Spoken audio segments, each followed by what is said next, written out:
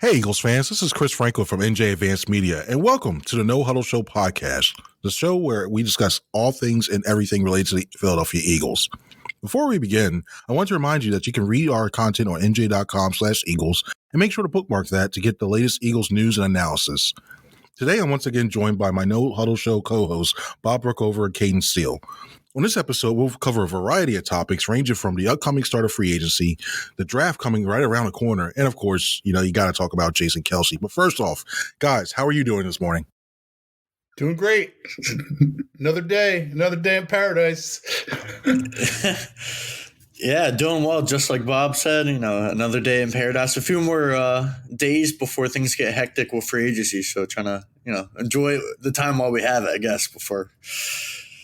Yeah, it feels like it feels been so long. Like since the Eagles last played a game of significance, and it's weird how fast this calendar goes. Like, we're about to start it. We just went. This combine just came and went, and now all of a sudden we're talking about, hey, we're about to go to annual meetings, and then free agency is about to start next week, and it's 6 days, so it's going to be crazy. By the time I'm recording this, by the way, it's going to be 6 days. So, but first off, I want to start with this because there was a big news that started this past Monday in terms of Eagles center Jason Kelce retiring after 13 seasons with the team.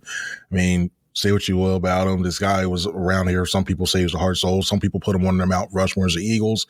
I mean, we all know the colorful what he brings to that, what he brought to the parade, and the passion that he brought when he speak and what he was as a leader. So I guess we're going to start out with this. I'll go to you, Bob. Bob, what do you think Jason Kelce's lasting impact on this organization will be?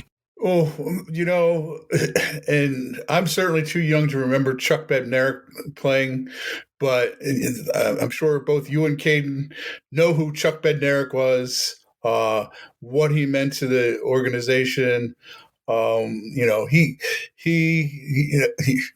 see it every day when we go into the auditorium. His mug is up there and 50 million times larger than life. He's not the only one. Reggie White is another one. But Bednarik played his whole career in Philadelphia. Reggie didn't. And that's going to be your grandkids are going to know who Jason Kelce is. And when you have that impact on an organization, it's immense. It's immense. Yeah, it's crazy what you do that. And you mentioned Concrete Charlie. I mean, with the passion that he had as well, too, when it came to he knocked out the guy, I forget who it was, but at the end of the game, maybe in the 60 championship, Frank Gifford. Gifford, and he's on that in that iconic picture of him holding up the arm up. This bleeping game is over. Yes, you started hearing. You see the passion Bednarik had, and Jason Kelce had it as well too. Cayden, what do you think? What do you think his lasting impact will be? Yeah, not only, from what he did on the field, first of all, is one of the most impressive things. He changed not only how the Eagles ran the offense, but he transformed the center position in some ways with his ability to get to the second and third level. So we talk about him on the Mount Rushmore and his legacy in Eagles history. Yeah, he's up there with Brian Dawkins and Concrete Charlie and all those guys. And you can make an argument that he is, maybe the most beloved Eagle of all time, but he's also one of the best centers, or if not the best center of all time. So NFL history, he's created a huge legacy. But I think the thing people miss about him most is not even just the 6 All-Pros and the 193 starts and just the consistency, but just the way he carried himself in that locker room, just, talking to people this past week, how he made an impact on people, how he made people believe in themselves, and that he was, just the person, Jason Kelce, I think everyone's going to miss the most. And he left, a huge impact here. And I don't think he's going away necessarily. I think we'll see his face a lot, but I think he should be surely missed by the organization, by people that got to know him.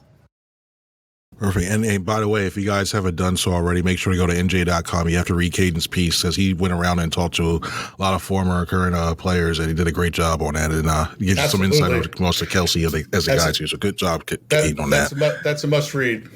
It definitely is. And I look at him in the way, like, I go back to, I remember when Jeff Saturday was winding down and Peyton Manning, and I'm thinking in my mind, like, because obviously I'm not from Indianapolis or anything, but you know about Jeff Saturday, like, they're making a big deal about a center, like what's going on here and personality. Then you see him on ESPN and stuff like that. But Now I kind of get it now. They're almost mirror images in a way. I think Kelce's a little bit better than Saturday, but you look at the way that how athletic, and they both had Howard Mudd in common. Y'all former rest in peace, Howard Mudd, the offensive line coach, guys who are able to get out in space, guys who are able to get 2 blocks on one play and spring players to get additional 10, 20, 30 yards down the field. And Kelce did that. And it's going to he leaves a big void on that offensive line. And that's what I think we're going to get into next now. Chris, I'm bummed, though, because one of the first things I wrote when I came from the Giants to the Eagles, and I had covered Jason Kelce before was you can always write the center. Well, not anymore. I'm very sad for us. Hey, you never know. Maybe Cam Jurgens, the beef jerky guy, maybe he's got some stuff there that's brewing that we don't know about. I sure hope so. I sure hope so. Yeah, it's definitely possible. And we mentioned that void. It's possible that we could see Cam Jurgens, could see Landon Dickerson in that center too. There's much discussion on that. I'll go to you, Cayden, to start with this one. What do you think? Who do you think should be the starting center on that, and why? And what do you think the domino effect of Kelce's leaving is going to leave on this offensive line for the next season? Yeah, it's going to be tough to replace Jason Kelce. For the best option, currently it seems, unless you're going to go through the draft and find, whether you're going to draft, Jackson Powers-Johnson or Zach Frazier, which I guess you could do, but it seems like Cam Jurgens is going to slide into that center spot. That seems, going back 2 years ago, Jason Kelce was talking about it on Bleacher Report, how he helped, scouted Cam Jurgens, picked him out because he reminded of him, of himself. And we haven't seen Cam Jurgens play center since his training camp 2 years ago in the preseason, and when he did, he looked pretty good. We haven't seen it in a couple of years, so it is a projection, but I think that is the most likely route that the Eagles are going to go upon. And then you got to figure out the guard spot, next to him, obviously, whether that's going to be Tyler Steen, who you took in the 3rd round last year. We didn't get to really see him play, too much last year. It seemed like the staff trusted Sua Opeta, more than Tyler Steen. So that'll be interesting whether they think he'll be ready in year 2. But no matter what they do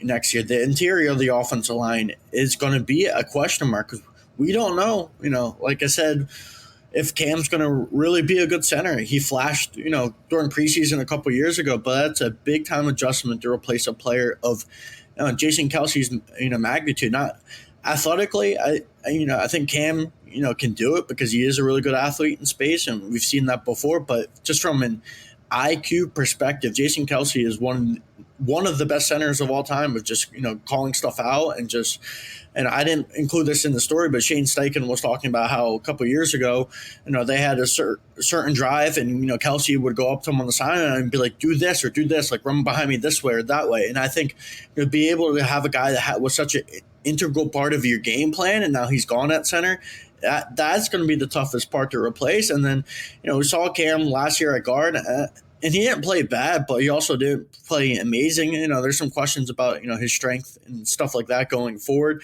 And then whoever that new combination is, it's just going to be really, really, really tough on the inside. We're used to the Eagles having one of the best offensive lines in the league, but, they still have Landon and Jordan and Lane, so they should be good. But there's an area of weakness where some good defensive tackles next year could take advantage inside the interior.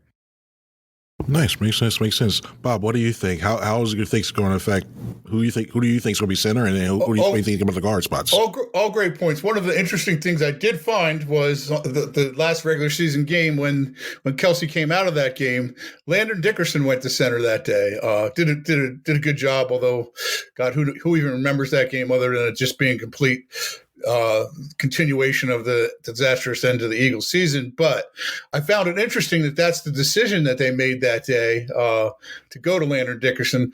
Landon Dickerson was certainly the more decorated center in college. He won the Remington Award. So, I mean, that's but the question there becomes, do you want to move a guy who's been Pro Bowl left guard the last 2 seasons? And why would you do that? But I kind of lean toward the idea that Landon Dickerson might be the better option at center. He's going to be a different kind of center. He's not the same body type. Jurgensen is certainly a more more athletic guy, more closer to body type of Jason Kelce, but I don't think he's the athlete that Jason Kelce is.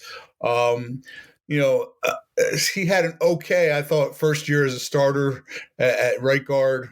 Certainly got hurt, but I don't think you can read anything into that. I mean, if we did, Jason Kelce's second season was a disaster. He tore his ACL, and you never knew when he was going to play. I mean, the other option is to address this in the draft. You know, we've seen this team do that before. You know, they use second round picks on back-to-back centers in Juergens and Dickerson. And the other option is there are some interesting free agent names out there. The Rams' Kevin Dotson and Miami's Robert Hunt, the two main ones. Both of them actually, I think, were graded higher than Kelce at center last season. No, I'm sorry. Graded. I'm sorry. The options at guard. I'm screwing that up. Options at guard and to move to center are those two guys, Dotson and Robert Hunt from the Dolphins, were both graded higher than Juergens and Dickerson last year by Pro Football Focus. So you could have that option of bringing somebody like that in, and then you move one of either Dickerson or Juergens to center. Good points by both of you guys. And when I look at the way who's going to be center, for me, I think you gotta trust your gut in a way and go with Juergens, because even though he was there at right guard for like this past season, I think his build and his power set and everything else, and relies more toward the center part. He's still mobile enough, because guards, we all know guards have to pull and get out there on screens and stuff like that. But I look at Juergens being that guy, being in the middle. And also, I don't want to mess with what the Eagles have on that left side right now when it comes to Jordan Mailata and Landon Dickerson, because pull this up. We're talking about looking at PFF right now. That's their strongest part, especially in the run game. They're not a run first team, but when they're running the ball, they're averaging 5.5 yards go running behind Mailata's direction, 5.3 in the area that, and also 5.3 yards in the area that Dickerson has to. I want to keep those two together. And we all know, I don't know, they got the stepbrothers thing going on too, when it comes to that communication and what they have there. So I'd probably keep that. I'm looking more at that right guard spot. And I know you drafted Tyler Steen in the third round. And I know that you're hoping he develops, and no rookie gets it overnight. But I think it's an opportunity where you can go and not only you can kill two birds with one stone if you go in the draft, especially if you go early in the first round and say Troy Fainu out of Washington. I look at him as a guy who's still mobile enough you could try to put as a right guard. And then eventually when Lane Johnson retires, say 2, 3, 4, what have you years, kick him over to the right tackle, then revisit this all over again. Or even somebody, I saw this was a little interesting too during the combine on the final day when the offensive lineman working out and Stoutland was up and he's doing this one drill, like his pass block drill, and guys come up, you just go, all right, good job, guy, good job, all right, hey, do this, whatever. He made sure to call this one guy's name. He knew it immediately. He knew this guy's name, Roger Rosengard. He knew his name just like that. And he's a guy who's going to be in there the fifth round, in the fifth round, maybe just fall into sixth. He's a guy I'd probably look at as like your developmental guy. Maybe he gets a shot to have a competition early on with Steen. And then if you go with Steen, then you have him in the background be like your Jack Driscoll and just have him be your swing guy as well too. So that's a guy I'm probably looking at in terms of that on there. Now, let's see. When it goes to, I'll leave this on Kelce. Is there a memory that you guys have that you look at, you go, you know what? That's Jason Kelce, or just overall favorite Jason Kelce memory?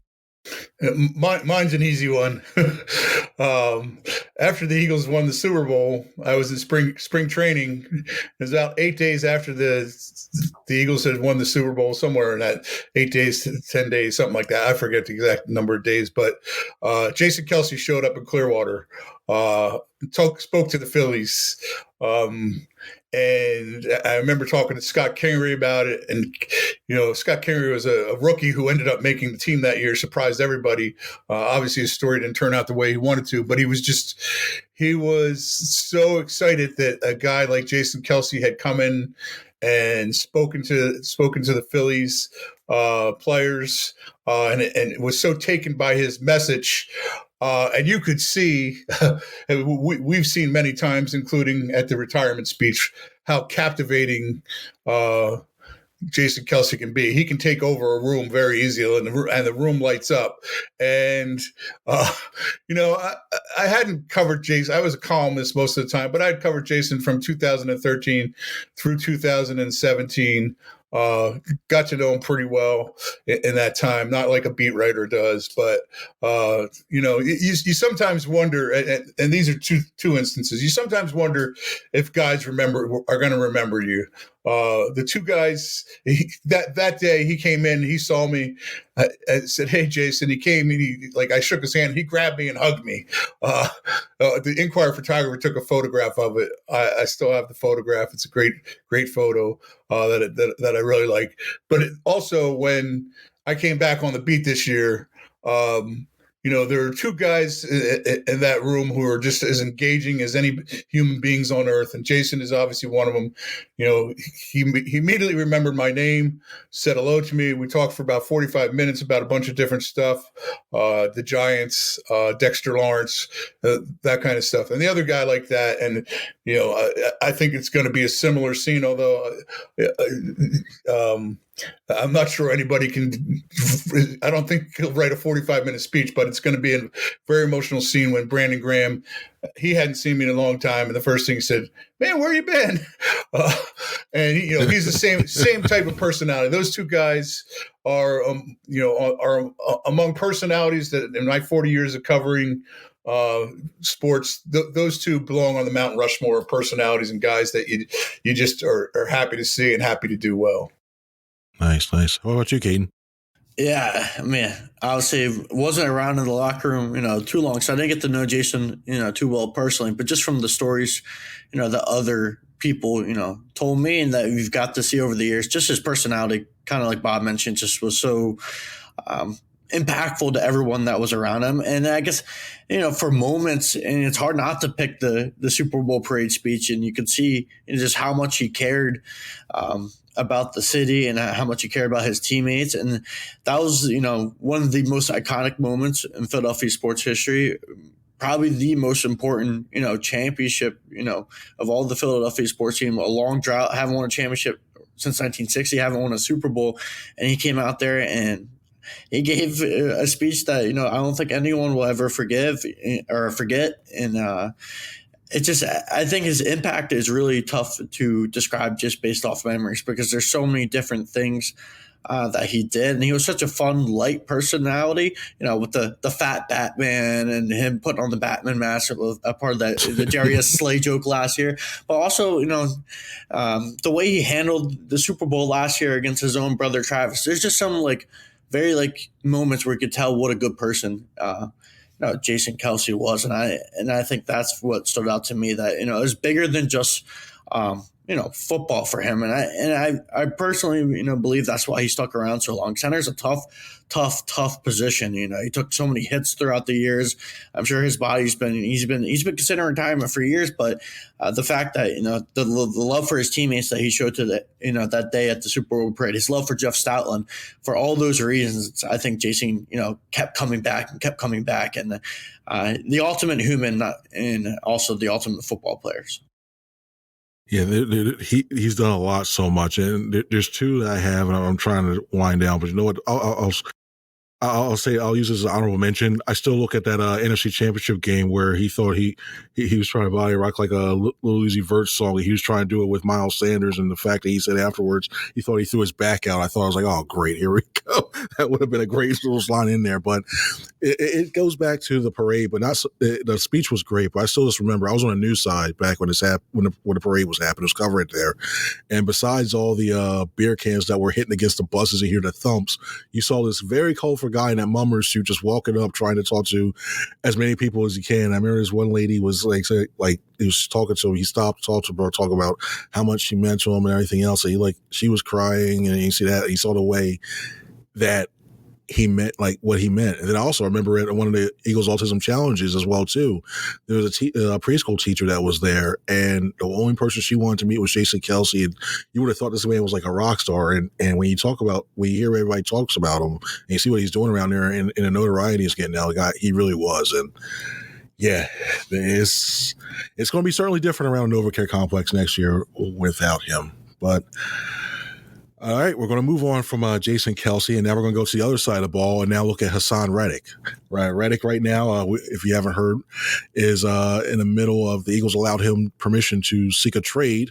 Reddick's obviously looking to get paid a little bit more as well, too, looking for more guaranteed money and also looking for that extension to get him up there with the Nick Bosa's of the world. And after with the amount of productions he's had lately, yeah, I wouldn't see that. He's entering the final year of a 3-year, $45 million contract. He's going to count $21.8 million against the cap next season. And I'll go to you, Bob. Bob, what do you think? Do you think he's really going to be in the Eagles uniform next season? I do. I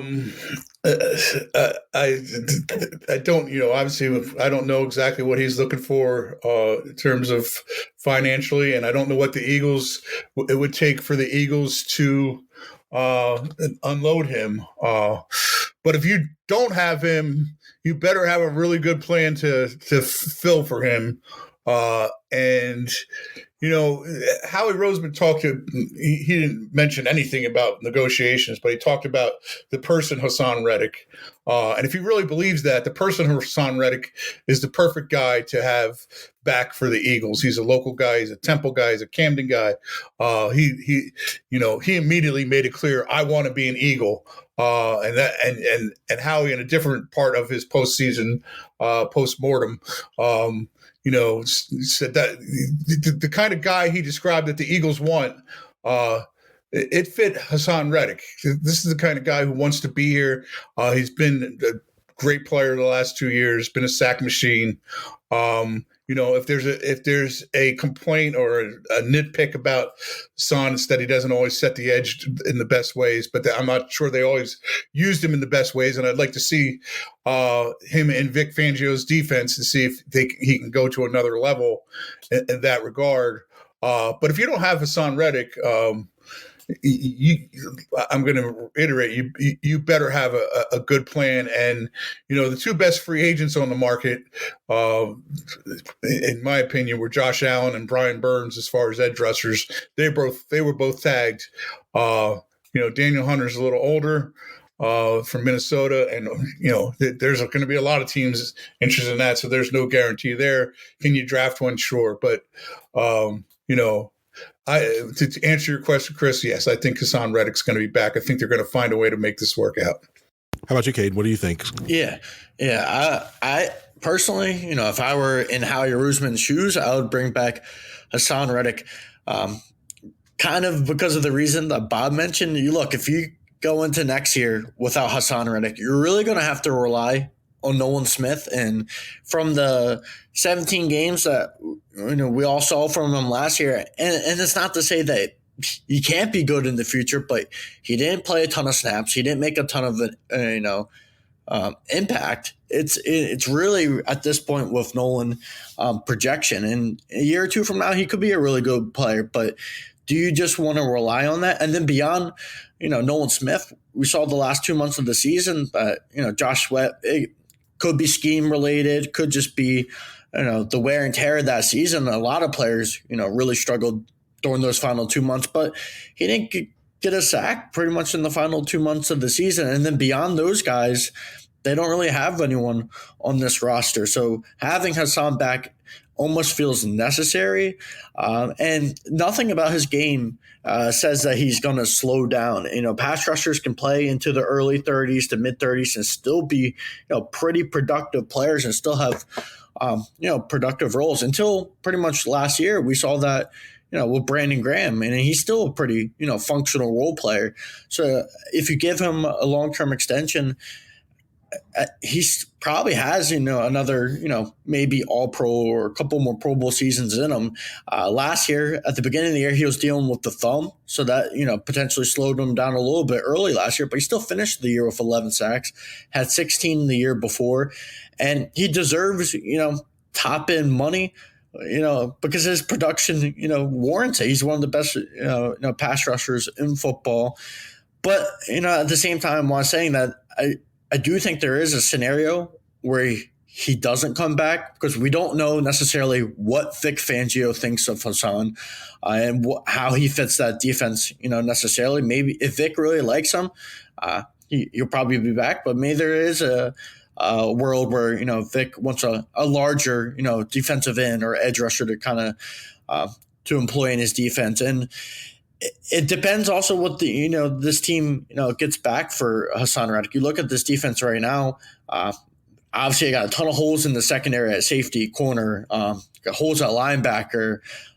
Just the depth of this defense in general is not that good. So if a team comes to you and they offer you a second and a fourth round pick or something, and you have 3 second-round picks this year potentially, that might be enticing because it'd be different ways to rebuild the defense. So I'm not really sure if he's going to be back. I think it all comes down to what he wants and what the offers are out there trade-wise. But it would be a huge mistake if the Eagles let Haason Reddick go in their prime, I think. Yeah, when I look at this whole situation, I think it'll eventually work out to the point where he'll still remain here. Maybe they do something where they restructure something. Maybe it's I think it'll be a shorter term deal where you're looking at maybe 2 years. You avoid it, not having to tag him in 2025, and you go from there. But if not, no matter what, I think, and even then, I think heading into that, I think we're headed to a holding because if you trade him right now, I don't think you're going to get good. I don't think you'll get the value you want. Like for me, I see a guy like that, a guy who could be extremely disruptive in a league that's focused on passing. I think you need to look at you need at least a first round pick for him, at least. And then you're going to look at who you're going to trade him to. You don't want to trade him within a conference because the last thing you want to do is if you make a run, you see this guy terrorizing you potentially and being a headache if you're making a playoff run. So you don't want to see that. And you also look at the cap wise too. If they trade him right now, they'd only save about $1 million. And then if they trade him after June 1st, which is completely after the draft, you're looking at a 2025 pick, and knowing where that's going to be, if it's going to be higher toward the back end of the first, what have you. Then you actually save $16 million. But I don't think you could do that given when you guys mentioned that, when you look at the depth they have at that position. Brandon Graham, I know he's a free agent, but it looks like he's going. It just feels like he's mentioned he wants to stay here, and you can foresee him coming back that way. Josh Sweat's a free agent after this year. For all we know, he's a contract year, so he probably get production. Add this guy, just have. When you look at Reddick, you got it too. And Nolan Smith, he's still learning. He's still learning, still green in the league, and he'll be in a rookie last year. So I'm looking at this all thing. I think we're just headed to a hold-in. Maybe something is done during spring, maybe just before trade camp, but it ain't all looking great right now. It definitely is not. Now, getting off that, still looking at the defense, that's secondary. We all know how much issues they had last year, and they started making some moves addressing it. Safety Kevin Byard was released this week. Also released was Avonte Maddox yesterday on Wednesday, and that kind of came as a shock, kind of didn't, given that his contract number was very high. I think it's like a 9.6 hit that he was due for 2024. And according to Adam Schefter, both sides are still going to talk to see if they can bring him back as well too. If there seems to be mutual interest in him returning. But guys, when you look at this secondary right there, how different do you think everything will look in terms of starters of Darius Slay, James Bradberry? That's a big one as well too, and the others with Reed Blankenship. Yeah, I guess I could start out. I think it's going to look really different next season. I truly believe that the Eagles are going to be aggressive in free agency and in the draft to fix this secondary. Even if a guy like James Bradberry is retained because of his cap hit, I think there's going to be a new starting outside corner. There could be a new pair of starting safeties. I'm not sure if they necessarily believe that Reed Blankenship is a long-term starter, even though he's flashed at times in the first 2 years. They have a good amount of cap space, a good amount of draft picks, to fix this area. And it's a really strong safety free agent group. Justin Simmons from the Broncos just got cut this morning, just got released, and that's a connection to Vic Fangio. Eddie Jackson's out there as well, another connection. So they could go the veteran route at safety. Wouldn't be surprised if they brought in one of those guys on a 1 or 2 year deal. And then also you just look at some of the young guys in the group out there, Xavier McKinney and Jordan Fuller and Cameron Curl. There's so many safeties in this class. Darnell Savage. It's a long list of players in that safety group where I feel like that is a position that they are going to address. And I think they're going to address it with, especially during free agency. Slay, I think, he'll be back next year as your starting outside corner, but you might have a new starting nickel corner because Maddox is in there, whether they address that through the draft or whether they think Eli Ricks can continue to play snaps on the inside, or maybe Keely Ringo can move inside. Maybe on the outside, even if Bradberry's retained, a guy like Isaiah Rodgers, if his suspension is lifted by the league, he played outside corner most of his time with the Colts. He could be a starter.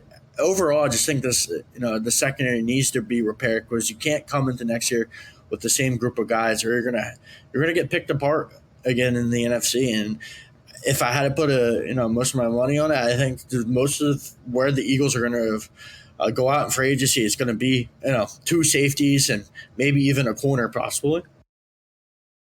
What do you think, Bob? Yeah, I mean, we'll start with the fact that secondary, it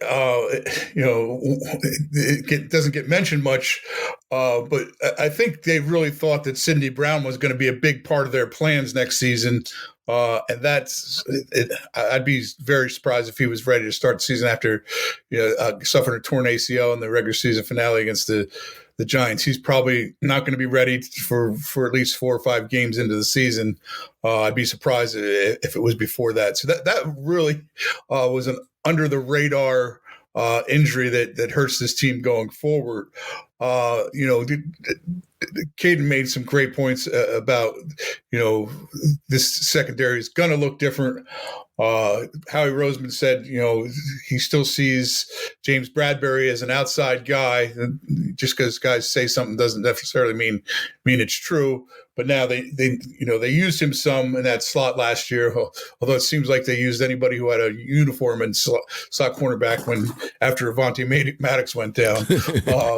So there you go. I've been waiting to use that. The NJ Advanced Media budget is just booming. I mean, it's just out of control. Sorry. You've got me losing my train of thought here. But sorry, I'm sorry. I do like some of the young guys. I like Keely Ringo. I don't know if he's more outside or he's definitely a physical guy who maybe you can move inside and have play in tight spaces. The one free agent out there that I find very intriguing is CJ GJ. Gardner Johnson. Do you bring him back? He's out there. I think he was really hurt when he left last year, and I think the Eagles really wanted him, but their cap situation was so tight that they couldn't do it. He obviously didn't have this. The Lions had the season they wanted in many ways, but he only played in 3 games, two regular season and 1 playoff, I think, or he might have played 2 playoffs, I guess. But he obviously was hurt. He had a torn pec early in the year, set him aside. But I thought one of the things missing from, this is definitely was looking at from afar 2 years ago because I wasn't around the team all the time. But from the outside looking in, it seemed like that secondary with him, he's obviously a legendary trash talker. I did get to see that when the Giants went and played scrimmage they were just scrimmaging with the Lions in the summer. It was their first preseason game, and he was getting under people's skin there. And it seemed like the Eagles lost some swagger without him back there. And he obviously had, in terms of making plays, I think he had 6-7 interceptions, led the NFL in interceptions. I think they missed him, and it'll be interesting to see if they pursue him in free agency, and I think they should. Yeah, it's interesting. To me, I look at this in a way that I think Bradberry's back, and I think he's there next year. He's playing on the outside because that number's so big, man. It's and you know what? Who's to say? You know what? The guy had this was said to me by a baseball guy a long time ago, the late John Vukovic, who I loved. He said, sometimes good players have bad years. And James Bradberry, for most of his career, has been a good player, and we can all agree that he had a bad year. So. Yeah. And just looking up right now, if they cut him right now before free agency start, he counts 10. They lose $10.8 million in cap space. That's just a big chunk, especially even he gained a lot with the cap going up because of the TV deals and everything. That's still a lot. And you mentioned that's the reason why I think he's back too. There's 2 reasons why I think he's back. I look at the way where Fangio and his system, I know there's a lot of man-to-man principles with the match parts, but it's still, you see teams play half the field zone, half the field man. And I look at Bradberry. To me, he's a better zone corner than man. I look at the way he does it. His anticipation in zone is really good. The way he jumps routes, he breaks up passes. I think that plays well into him. And going back to the way he struggled, in 2021, I was looking back at that numbers, like when his final year with the Giants, teams completed 67% of the passes going his way, and he had a quarterback rating. He allowed a quarterback rating of 93.1. And what happened the next year? You saw the Giants cut him because of their own cap reasons. Joins the Eagles, and he's second team All Pro. I think, let's look at that. I think he does bounce back. I think in this system, I don't think Fangio's going to rely on too much being, hey, follow this. He's not going to. He won't use him like Slay, like, hey, follow Justin Jefferson around. Okay, no, he's going to follow the other guy when it comes to there. And I think given better safety play and him just rebounding and being in the system with the guy who originated it instead of having everybody else who was trying to study it and implement it that way, I think he's going to have a bounce back year to the point. I don't know All Pro, but I think he's going to be serviceable and be a lot better. And to the point where we're like, okay, yeah, remember we say James Bradberry was cut? Yeah, maybe we shouldn't have done that. I think it'll wind up being one of those things. And when you're looking at that rest of that secondary, Bob, you mentioned this earlier in terms of the different players that are available, looking at free agency. Who are three free agents that you're looking at, either defensively, offensively, that you think would be good fits for the Eagles? I'm going to go back to my Giants roots to start here. I was surprised that Xavier McKinney wasn't either tagged or transitioned by the Giants. Having seen firsthand that he's going to cost a lot of money, but if you want a difference maker in the secondary, Xavier McKinney is that type of player. I think he's still only 24 years old, and he's an ascending player. He's coming off his best season. So if you want to go spend big on a safety, there's a guy I think you need to consider. And I'm still going back to my Giants roots. And Chris, you wrote about him today, the possibility of it happening. I don't think the possibility of it happening is great. But I've been on record. I've been pounding this drum for a while. You know where I'm going. I really do believe that if you want to remake the offense that Nick Sirianni described as getting stale last year, I think if you bring in a guy like Saquon Barkley. And part of this, I admit, is because I know who Saquon Barkley is. I covered him for a year and a half. I saw what he was in that Giants locker room. He is a presence I don't want to say Jason Kelce type presence, but he's a presence. He's a guy who, if you brought into your locker room, young guys are going to be looking to him to lead them, and he's more than willing to lead them both verbally and he puts his money where his mouth is. He goes and puts it on the line and is a punishing runner. I think his abilities have been stunted by a bad offensive line and a team that doesn't have any great receivers. And yes, even Daniel Jones, although I think Daniel Jones is a better quarterback maybe than some people give him credit for. But I see Saquon Barkley in this offense doing special things behind it. The offensive line we discussed earlier, is it going to be the same without Jason Kelce? Probably not, but still going to be one of the best in the league. And if the right move is made on the interior, could be the best in the league. Put Saquon behind that. Yeah, you have something special. And then the one other position I'll go to in this in this free agent market is linebacker. And for me, a guy that I would really like to see here is Patrick Queen, who seems ready to move on from the Ravens. I like anybody that comes from the Ravens because I just think they exude defense. They ooze defensive personality, that team. And he's still young. I in this free agent market, I want young guys who are just hitting the prime of their career. Patrick Queen turns 25 in August. I think he would be a good fit here. Those are just three guys, and another. I'll go to the edge too. I'll give you one edge guy because I find him intriguing. And the Eagles aren't going to have money to do all this stuff, but they're going to look at a lot of different guys and get what they get. But I'm curious to see what Chase Young becomes.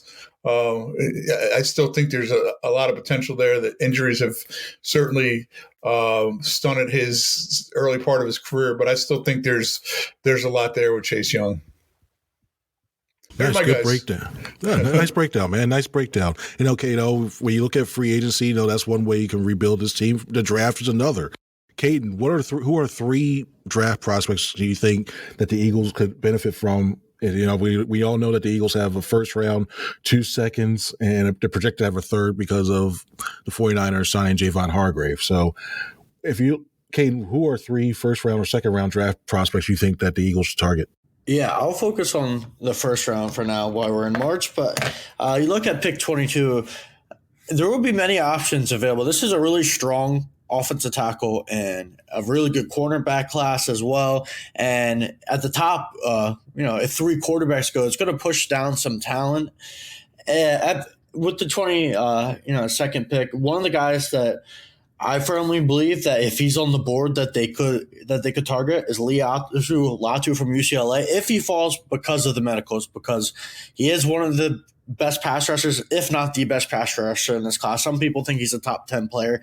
He's a polished pass rusher. He knows how to use his hands. He knows he's not going to win like Dallas Turner from Alabama based off just pure athleticism, but he's so polished. He's ready to come in the league right now and be probably 7-8 sacks, maybe even like 9 sacks as a rookie, because he just knows how to use his leverage. And he's a big guy as well. He's got good size, and he is a pro-ready pass rusher that only will drop to 22 if the medicals are concerned, which they are. He medically retired before playing at UCLA, so some teams might pass on him. And even if they bring back Haason Reddick, which I think we're all in agreement that some way, somehow, it's going to happen. This team needs future pass rush plans, because Reddick, if he comes back and he plays 1 year of his final deal and then becomes a free agent next year, him and Josh Sweat. Josh Sweat's a free agent after 2024 as well. And the only guy you have after that, you're banking on Nolan Smith becoming a really good player. And maybe he can be, but he needs a future partner. And Latu is one of the best players in this entire class. He has good film, and I think he would be a perfect pick at number 22 if they want to upgrade their pass rush. The other guy that could be there is Cooper DeJean as well from Iowa. And we talked, this entire podcast about, how the secondary could look different. Like you can make an argument they need another starting safety, and they need a new starting nickel. They need an outside starting corner. And the good thing is Cooper DeJean could play all three. He's a versatile chess piece, and we've seen from Vic Fangio's time in Miami and Chicago and Denver, he likes versatility across his defense. And this is a player that not only can play defense, he can return punts as well, which he probably won't do at the NFL level, because, if he's a core starter, you want to keep him healthy. But he could just fill so many different areas. You can move him all across the board to cover wide receivers and tight ends and running backs. He's that type of athlete. And if they want to keep him on the outside, I think he could be a really good player there as well. A ton of experience at Iowa. And any of the corners that fall in this class to that 22nd pick, I think the Eagles, they haven't took a quarterback. The highest quarterback they've taken was in the second round since 2017. It's the second round is Sidney Jones. And before that, they haven't took a cornerback in the first round since Leader Shepard in 2002. So history says, it won't happen, but this team really needs an outside cornerback or some type of player in the secondary that is young and that can make an impact. And then the other guy that could interest this team, talked about how this tackle class, is pretty historic from just, different pundits and just people talking about it. Like, it could be up to 8 guys selected in the first round who are offensive tackles. I think Amarius Mims from Georgia would be an interesting prospect. Only 8 college career starts, I believe, and wasn't fully healthy last year. So a ton of inexperience, but just physically, he is just built. I mean, we got to saw him run at the combine, and then he pulled up, so we didn't get to see his full workout, but he's just physically gifted in ways that you can't teach, and the experience and how raw maybe certain parts of his game may be because of that isn't too big of a worry, because you wouldn't have to rush him in. And I know some Eagles fans they want the immediate fix with cornerback or linebacker or safety, but we've throughout the last 3 or 4 years, especially, how he drafts for the future. And we talk about that in the offensive line.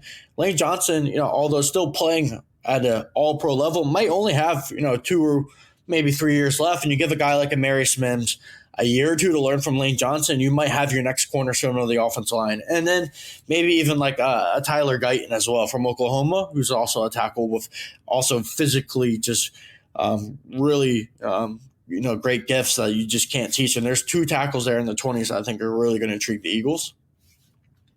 Nice. I like Mims as well too, and I was disappointed when he pulled up. I was just now straight away halfway. I was like, "Oh, great, here we go." It was like, and they just put a bunch of doubts in that. But guys, we're at the final segment. We're about to do the No Huddle final drive. It's a 2-minute segment here, which will be yes, no, or multiple choice questions that are going to be coming up here with a brief follow up. Each of you have one timeout when it comes to that. There could be a booth review. If I hear something that's just like, whoa, the booth is going to interject and ask you to explain a little bit more to you, depending on the situation for that. So I got to ask for guys, are you guys ready to go for this final blitz? Yes. I'm ready, sir. All right. Clock starts now. Bob, Kellen Moore or Vic Fangio, whose unit do you think will have a better season? Kellen Moore. And Cayden, when you look at the Jalen Hurts finishes in the top 3 in MVP voting, yes or no? No. Okay. When you look at Bob, does Howie Roseman trade up or down in this year's draft? Up. Cool. There you go, Cayden. Avonte Maddox, do you think he'll resign? No. All right. Bob, Isaiah Rodgers, how big an impact player, or will he just be a role player and eventually be cut? I think role player that it's eventually cut. Cayden, Jordan Poyer, Xavier McKinney, or Justin Simmons, which one of the 3 do you think is the best chance of signing with the Eagles? Justin Simmons. All right, cool. Bob, if you had to give yourself a player comp, looking back to your playing days and playing football, what player, recently retired or current player, would you compare yourself to? All right, I get to explain this one a little bit, right? Are you going to use your timeout? I use my timeout so I can explain. Cool. So I can explain it. All right, you got timeout, Bob. It's take as long as you want. Okay. I'm going to say Jason Kelce because for several reasons. One is I just want to mention Jason Kelce one more time because he was such a great player and such a joy to cover.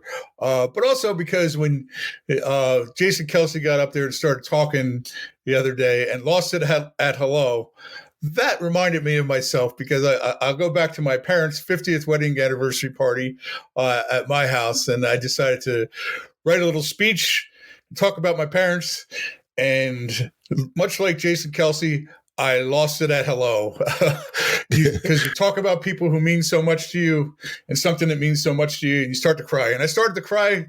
I'll admit, my eyes weren't dry. I wanted to borrow Travis Kelce's sunglasses, although they weren't helping him much during that speech. The tears were still coming, visibly coming down his face, even with the sunglasses.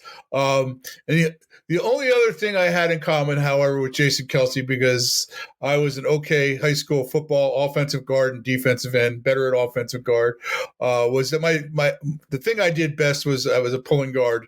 As Jason said, when the big guys got in front of me, I can remember my junior year. There was a kid named Paul Worthington from Bordentown High School who was about 6'3", 270 pounds, and I was all of like 185 pounds, and he just beat the crap out of me all day. And Bordentown beat the crap out of us all day. And the coach kept yelling at me, and I'm like, are you watching? I can't block him. I can't handle him. He's physically bigger than me, and I got chewed out. The good news was that Bordentown was kind of a military area because Fort Dix is around there. And I think Paul Warrington moved or something my senior year because he wasn't there anymore, and I didn't have to block him my senior year, so that was good news. And that's way more than you need to know about my high school football career, but that's why I used Jason Kelce as my comp. Done. That's all I got. No, it's perfect because we're in draft season. That's why I want to do it. We're in draft season. You got player comps. What people want to know more about us. So hey, I thought it would be good. It's a good question. I like that. Cool. In the infamous words of Jason Kelce, that's all I got. All right, we got 50 seconds left, and we're actually right near the end zone, which is actually good. So we're going to start the clock again on my whistle, and we're starting now. Cayden, I'm going to ask you the same question. If you had to give yourself a player comp right now, currently or recently retired player, who are you picking? Travis Long. I'm going to have to take a timeout too. All right, cool. We're going to pause the clock right now. No more timeouts left. Cayden, you got to take as much as you need to explain. I would compare myself to Travis Long. No, not for a happy reason or a sentimental reason. Bob had a great story about Kelce. Mine more for just unfortunate, kind of like Travis Long. In high school, was first for Travis Long. Obviously, was a player for the Eagle that they seemed to really like. Put together some good training camps, some good off seasons, but tore his ACL.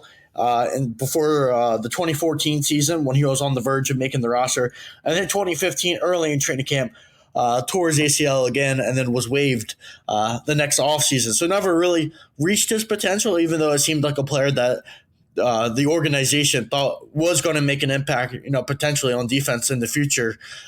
Just never got there because of injuries. I could say the same. Happened for me in high school. Before I was a freshman in high school, I tore my right ACL, and then going into my junior, I played my entire sophomore year of football, and I started getting comfortable again. Kind of similar to Travis. My coaches started liking me. The organization, I guess, of Cape and Lupin High School started liking me. I started, performing well. I practiced throughout the year in games, and then in the off season, I started, started to get a big role, and I was starting to get fully healthy from that injury, and it looked like I was going to get some serious playing time and kind of find myself. And then going into my junior year, I tore the left ACL in my knee. So because of the misfortune in the two torn ACLs, I did it in both knees. Travis did it in the same knee, but because of that misfortune, where I felt like I had the potential, I had the ceiling, but then the injuries kind of kind of put me behind the eight ball and almost kind of took that chance away. So it almost reminds me of Travis Long. I couldn't compare myself to a guy who stayed healthy, so I had to pick the guy that got hurt. Who knew that Cayden Steel was injury prone? I might have had it worse than Travis Long. The second time I tore my ACL, I had like a emergency surgery on my calf, and they had to open up my entire calf because of something called compartment syndrome. So my God, I might have had it worse than Travis Long. So I could talk to Travis Long, Chase Young, whoever wants to talk about injuries in the locker room. Any Eagles players, this year, maybe that's my way. I could connect because I've been through it. Oh my goodness, man! Thanks for making my stomach churn. Hey, good thing it's almost lunchtime, Bob. It's almost lunch. Just I'm going to see something I never thought I'd say again. Breakfast. Those are good. On that note, I think we scored with that. I think that was a good score. Finished with 38 seconds left. You guys scored. Good job. Well, we need yours now. Hostess with the mostest. Oh no. Okay. If I had to go, I'm going back between Josh Freeman and Jason Hill. I played quarterback in high school and semi-pro, and I was in the wing T system in high school. That wonderful fake to fullback, fake to the halfback, bootleg out, and I ran the ball a lot. So, and especially in semi-pro, that's pretty much what it is. That's how since we all have these injuries and stuff like that. That's how I tore broke my basically I tore all the ligaments in my ankle. And you know how your ankle, if you lay down, you look at your feet, and if there's a clock, both of them are supposed to be pointing at 12. Well, the right one was still pointing at 12. The left one was pointing at 9 o'clock. So to give you guys an idea, that's how bad it was. So the reason why I say Taysom Hill is one of those things where if it's short yardage, if it was one of those ran option plays. That's something I excelled at. It was fun. And every morning lately, I've been reminded of running that option plays because of how much my shoulder and legs get hurt from getting that beating you take. Oh, don't worry. That gets worse, Chris. Oh, great. This feels just great. And then, I could fill in tight end time or running back. I play a little bit of that in spots places too. So, yeah, I'll go with Taysom Hill, and I hope I'm paid a lot of money eventually and then realize you're not really worth that money that you're given. But that's a whole other story. Guys, everybody, Bob, Cayden, I appreciate you guys for hopping on today. It was a great show as always. Make sure that you continue to subscribe to this podcast. We're going to have some coming up, one's coming up and a little bit after the start of free agency, as well as right before the draft as well too. Also, make sure to go to NJ.com/Eagles. You'll find all of our work there that we're currently working on. Some great pieces that are on there. Just go ahead and check it out. So for Bob, for Cayden, I'm Chris. Everybody have a good one.